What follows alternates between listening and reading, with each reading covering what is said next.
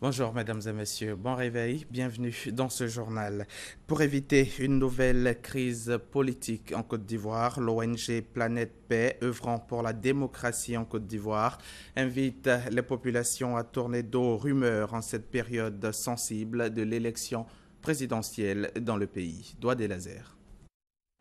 Des messages téléphoniques et des titres des journaux en cette période sensible des élections présidentielles en Côte d'Ivoire ne doivent pas faire l'objet de rumeurs. C'est le vœu cher à l'organisation non gouvernementale Planète Paix de Côte d'Ivoire qui demande aux journalistes et aux populations d'appliquer l'épreuve des 3 passoires de Socrate, c'est-à-dire la vérification de l'information en cherchant à savoir sa véracité, sa bonté et son utilité avant toute diffusion. Selon le président de cette organisation, la rumeur est le premier facteur d'incompréhension, suscitant des crises dans la société.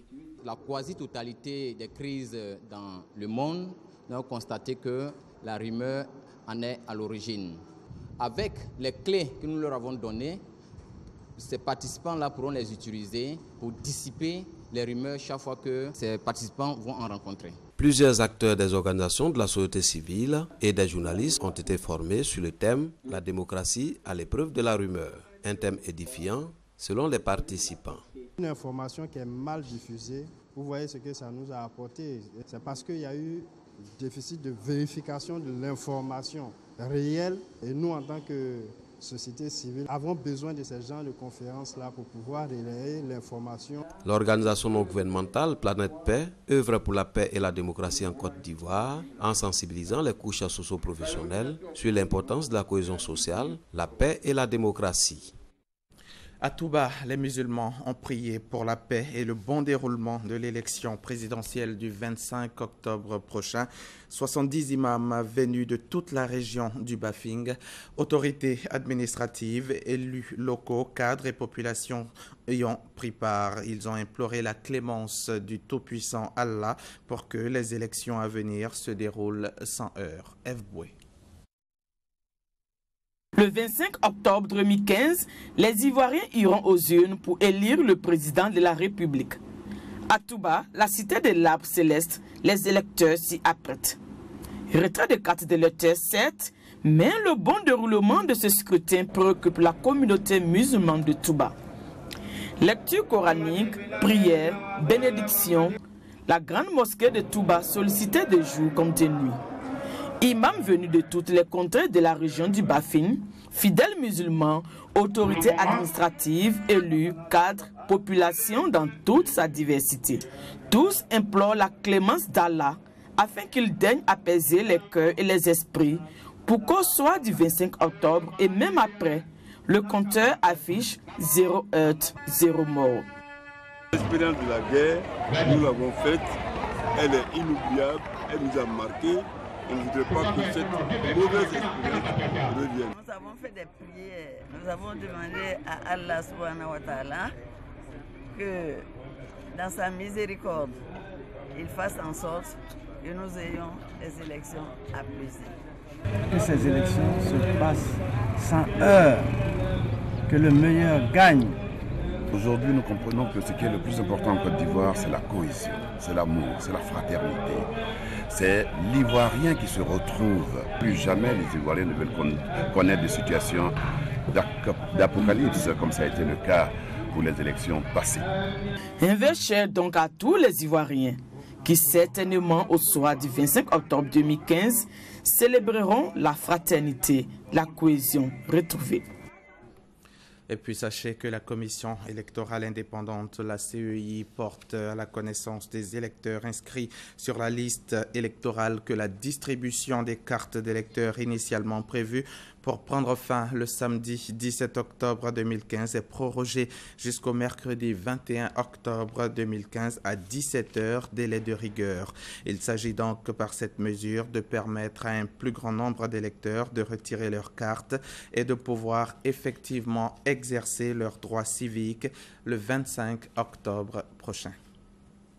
À l'initiative du think tank Initiative Côte d'Ivoire, une organisation composée de décideurs du secteur privé, le ministre du Budget Abdourahmane Cissé a expliqué les réformes en faveur des opérateurs économiques, notamment en matière de passation de marché et de facilité fiscale. Objectif de toutes ces mesures contenues dans l'annexe fiscale 2016, favoriser l'avènement d'un secteur privé fort et surtout impliquer les agents économiques à l'émergence annoncée. Lanciné Bakayoko, Hugues, Hervé Blé. Devenir un partenaire véritable dans le développement du secteur privé, voilà l'objectif qui a guidé le gouvernement au cours de l'élaboration du budget 2016. Ce budget apporte une réponse aux inquiétudes des opérateurs économiques, en particulier au niveau des recouvrements fiscaux. Nous proposons une amnistie. Toutes les entreprises qui ne payaient pas l'impôt, qui ne s'étaient pas déclarées jusqu'en avril 2016, venez vous déclarer jusqu'au 30 avril 2016. On ouvre les bras et on dit aux gens, venez vous déclarer, venez payer vos impôts, parce que c'est un devoir citoyen. D'autres mesures telles que l'aménagement de la taxe sur l'EVA, le dispositif du remboursement de la TVA sont également prises pour insuffler une nouvelle dynamique au secteur privé. Au niveau des marchés publics, la commande représente 3 712 milliards de francs CFA en 2016. Les questions de passation de marché sont résolues de 322 jours en 2013. Les délais passent à 95 jours en 2015 avec un objectif de 88 jours à terme. Cette commande sera essentiellement orientée vers les secteurs sociaux et des infrastructures. 22% du budget de l'État est affecté aux dépenses d'éducation. Les dépenses de santé font aussi partie des points majeurs de la politique du gouvernement. Les dépenses allouées aux infrastructures. Là aussi, énormément de moyens ont été mis pour réhabiliter le réseau routier et construire l'ensemble des routes. Le gouvernement va poursuivre les réformes, l'idée étant de favoriser l'essor des PME. En 2016, le budget s'élève à 5 813,3 milliards de francs CFA. Les sites de mémoire de la traite négrière en Côte d'Ivoire vont être mis en valeur par la Fédération nationale de l'industrie hôtelière dans les jours à venir. Ces sites historiques de l'esclavage ont été identifiés à Tiasalé, Grand Laou et Sassandra. Des plantings d'arbres ont été faits sur les lieux par l'organisation pour délimiter les sites qui seront exploités comme lieux de pèlerinage pour les touristes du monde entier. On en parle avec Doigt des Lasers. Un tunnel de 150 mètres de longueur. C'est ici que les esclaves ivoiriens enchaînés traversaient pour leur embarquement sur les navires des colons au large de Sassandra dans le village de Dréouin. Pour marquer cette histoire déshumanisante de l'Afrique en général et de la Côte d'Ivoire en particulier, un planting d'arbres a été fait sur les lieux pour la délimitation de ce site historique. L'initiative est de la Fédération nationale de l'industrie hôtelière qui veut, à travers son projet Route de l'esclave, faire de ce site un lieu de pèlerinage pour les touristes nationaux et internationaux. Nous avons des sites de mémoire très importants qui ne sont pas moins bien que ceux du Ghana, pour lequel Ghana fait 1 million de touristes à l'heure actuelle. Mais pourquoi pas nous? Et donc, il faut faire en sorte que la richesse revienne.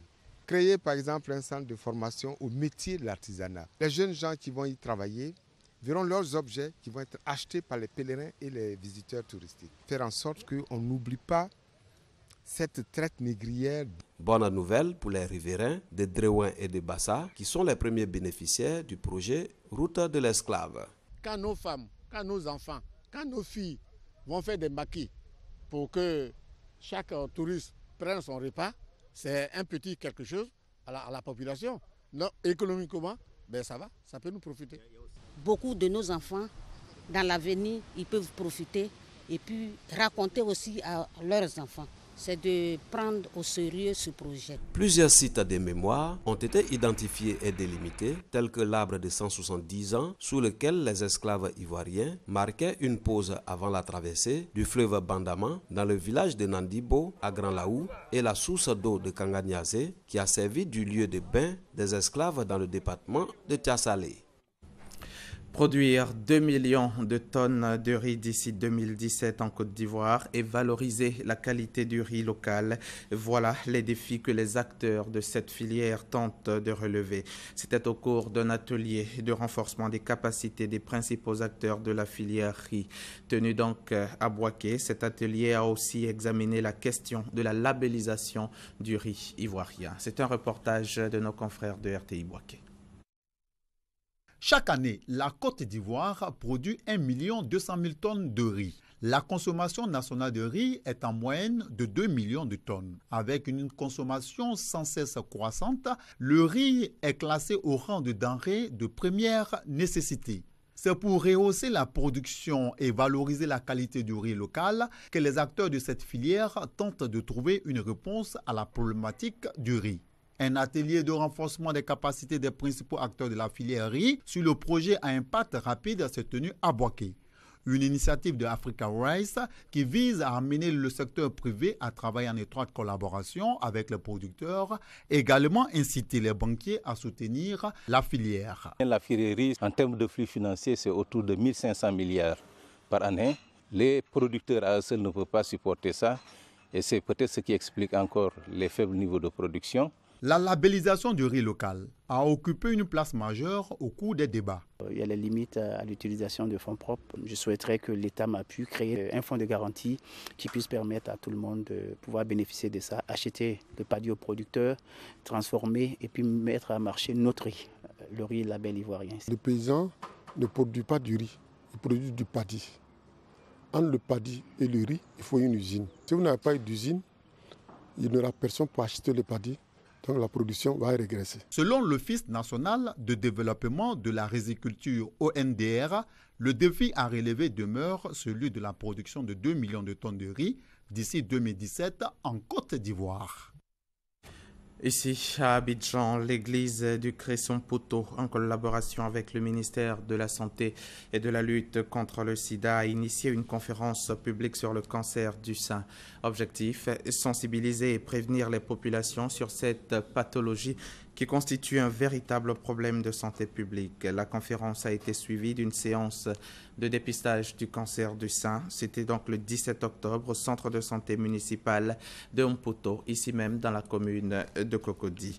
Nos reporters sont Noussangaré et Doigt des Lasers. Le cancer du sein est le plus fréquent des cancers chez la femme âgée de plus de 45 ans. En Côte d'Ivoire, 34% de femmes souffrent de cette maladie, selon le Programme national de lutte contre le cancer, PNLCA. Une conférence publique sur le cancer du sein est donc organisée à l'intention des populations de Mpoto, dans la commune de Cocody. L'initiative est de l'église du Christ de Mpoto et du ministère de la Santé et de la lutte contre le sida. L'objectif étant de sensibiliser la population sur cette maladie qui constitue un véritable problème de santé publique. On s'est mis en contact avec le ministère de la Santé pour concevoir ces programmes aujourd'hui, pour que les populations viennent s'informer sur le cancer, les maladies qui les guettent et qui peuvent les tuer sans qu'elles se rendent compte. Donc si elles sont bien informées, alors, elles peuvent prendre des précautions. Il faut combattre ce mal-là par la sensibilisation. Les facteurs de risque, il y a l'alimentation, les ménopauses tardives, le tabagisme, il y a l'alcool, il y a le manque d'activité sportive. Et puis, c'est une maladie peu héréditaire. La rencontre s'est achevée par une séance de dépistage gratuite du cancer du sein. Fin de ce journal. Merci de l'avoir suivi. Vous pouvez le revoir sur les www.rti.ci. Bon début de semaine sur RTI